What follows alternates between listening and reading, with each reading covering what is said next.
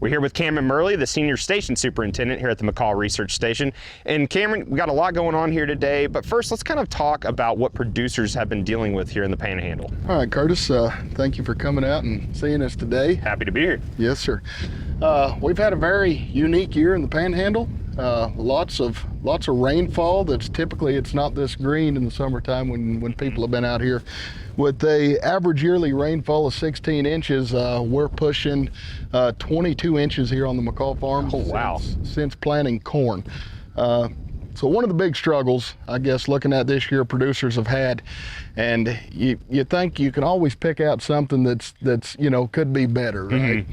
Well, you're going to have struggles no matter what, and every year, this is my 15th year out here in the Panhandle and in the operations between the two research centers, but every year, nothing has been consistent between the weather patterns of each year. And so one of the struggles that we're dealing with this year, yes, we've had all the rainfall in the world. You've been able to turn the pivots down some early on, but from planting corn to pollination, so tasseling and pollination, the reproductive stage in that corn, we have not had to irrigate any, which is great, right?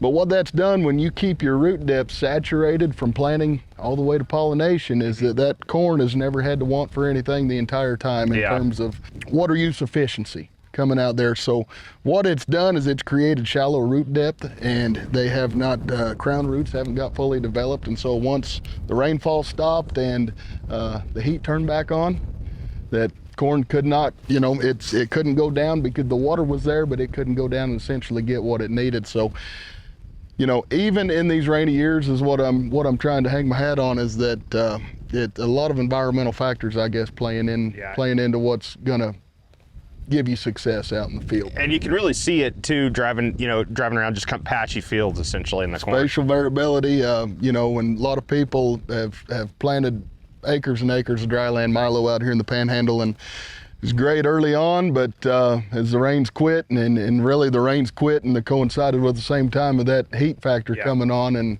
105 plus and windy, and solar where it's at, it's been hard on crops, and a lot of things have burned up. And that's one challenge, but earlier in the year, you were dealing with some really severe drought, right? Really severe drought, coming off one of the hardest ones we've had since I've been out here in the Panhandle. I think we were just over a year without a quarter-inch rainfall, like 385 days, something like that.